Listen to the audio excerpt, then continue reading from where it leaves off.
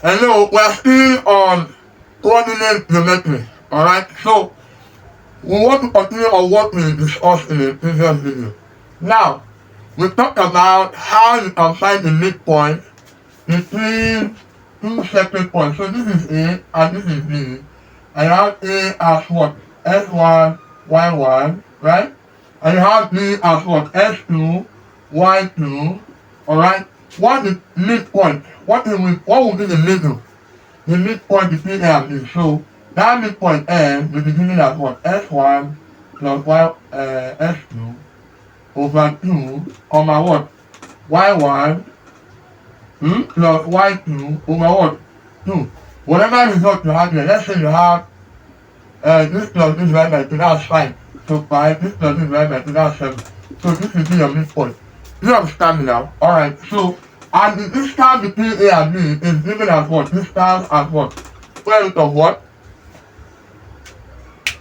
Distance is what? Square root of what? S2 minus S1, alright, square plus what? Y2 minus Y1 all squared. This is an important aspect. Now, let's move to the next one. The next one is that you are most likely going to be asked to find a slope. What is a slope? Slope is the degree of what? Steepness. This is a slope, this is another slope, this is another slope, alright? This one is more sloping than this, and this is more sloping than this. So if you have a line, alright, or a line that joins 2 points in a particular plane, what will be the slope? Now to get the slope of any line, so let's assume that this is a line on a particular plane. To get the slope is also known as the gradient, alright, gradient. So if we are looking for the gradient of this line, so this point is called tangent y, and this other point is called tangent s. Remember, this is the original line, okay? So this point is called what? Tangent y, and this point is tangent s. So tangent y is more like y1, y2 minus y1, and tangent s is the same thing as what? S2 minus what? S1. So to find the slope is what? Tangent y over tangent what? X. So every slope is what? Y2 minus y1 over what? S2 minus S1. You understand this now? Alright? And so that's how to find slope. So you can say slope, you can say gradient, or they even say tangent. That's just the formula. Alright? Now, after that, you also need to know, alright, let's just do example. I want to give you an example based on what I've said. So let's assume I'm giving 2 points. A as 3,5 and your B as 6,1. The question is, find the slope of the line joining these 2 points. Anytime you have 2 points on a particular plane, you can also create a line from those 2 points. Because once I join those 2 points, that will be a line, okay? So what kind of slope will this line that joins A and B have? That's the question. Alright? And you remember, the first thing is what? What is the formula for slope? The formula for slope is what? Tangent what? Y over tangent S. That is Y2 minus Y1. Then S2 minus what? S1. That is the formula. You know it now. But which of them will be my S1, S2, Y1, and Y2? So what you usually do is just the first point I was giving to you will be your S1, Y1. Because the first coordinate is your S, and the second coordinate is what? Your what? Y. So the next point, remember, each represent point in a particular plane, and I've explained that in my video earlier. So this will be your what? S2 and Y2. I hope you understand that, right? So having said that, it means that our slope will go ahead to become what? Y2, which is 1 minus what? 5, all over 6 minus 3. And now we minus 5 1 minus 5, that's minus 4.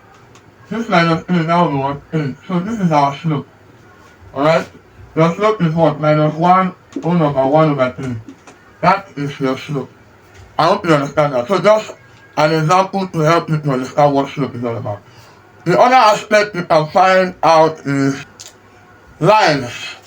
When you have a line, there are many things you can do with the line, or many questions can come from the line. So let's assume that we have this line, alright? You can see this linear line. Every line is defined by what? By a general equation, which is what? Y equal to mx plus c. And you see this? M is what? The slope of the line, or the gradient of the line. These are the slope or the gradient of the line, which is the same thing. Y is the intercept on y axis. C is the intercept on y axis. I hope you understand that. So what is intercept on y axis? So let's assume that our artificial plane went like this, and this line came across like this. So at the point where this line meets this axis, this y-axis, that will always be C. So if we have another line here, this is C. Are you getting that now? So let me give you an example. For instance, if I have an equation of the line 3s plus 5y equal to 6, what is the slope? That's the question. If you have an equation of the line like this, what is the slope? The slope of this line is trying to arrange this equation or express this equation so that it will be in this term. So what is this term? What are you seeing here? What you are seeing here is that y is made or was made the subject of the formula. So you try and make y the subject of the formula in this same equation, and that will give you what you're looking for. So let's see. 5y equal to what? Minus 3s. You know what I'm doing now? When you move this s to this place, that's minus 3s. Then you still have your minus 6 here. Now, y is not a formula or the subject of this formula, except you remove this 5. So I divide 2 by 5, so I have 5 equal to what? Minus 3 over 5s plus what? 6 over 5. What just happened? I divided all the equation, all the terms by 5. So if I divide this one by 5 divided by 5, that will cancel. So you just have y here. Divide this one by 5, you have minus 3 over 5. Divide this one by 5, you have 6 over 5. You get that now? So when you compare this now, compare it to what? To y equal to what? ms plus c. It is over that m is what? Minus 3 over 5. Can you see? That is the equation of this line. So if you have a question where they give you an expression, either in this format or this other equation could be like this. If I give you something like this, let's say 3s plus 5y minus 6 equal to 0. It could be like this. It could be any form. All you need to do is make what? Y is the solution formula. Does it mean that, what if I have something like this? 3y equal to x. What is the slope of this equation? Yes, you can still make y solution formula. Just divide both sides by 3. You have that y is equal to what? Y equal to what? 1 over 3x. Why? Because the coefficient here is 1. So when you divide by 3, that will be 1 over 3s. So our slope is what? 1 over 3. One of the other constants, there is no constant here. And if there is no constant, it means that this line passed through the origin. And so this one almost passed through the origin. In the video, it looks as if they passed through the origin, but here it's almost.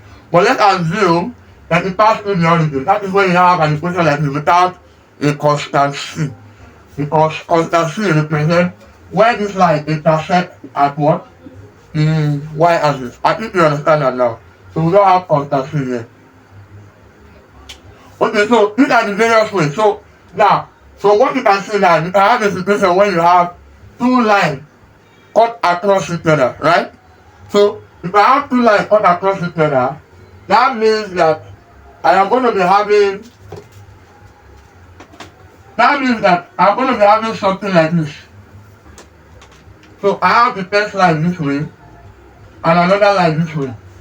So if two lines cut across each other, it means that, let's say the equation of this one is what? Y1 equal to m1 s1 plus c1. And this other one is what? Y2 equal to what? m2 s2 plus c2. These are just the equation of the lines. So if these two lines cut across each other, you must know that there is a meeting point. And they always ask you for the meeting point. So the meeting point, which is the coordinate here, is s, y. So what is the value of s, y? If you have two equations for the two lines as given to you, alright, if you give me the two equations, all you need to do is make sure or assume that this one is equation 1 and this one is equation 2. Any of them can be equation 1 or equation 2. But just know that you have two equations and you're going to solve simultaneously. And when you solve simultaneously, alright, like simultaneous equation, you're going to have two answers, one for s and one for y. So those two answers are actually the meeting point. You know what I'm talking about. When you do solving simultaneously for this two equations, you have two answers. Those two answers are the meeting point of the line. You understand what I'm talking about, right? Good. So, but we have some other rule that we apply. We call Cramer's rule. Alright? Cramer's rule is another way you can just quickly do your equation. Alright? We'll see another video.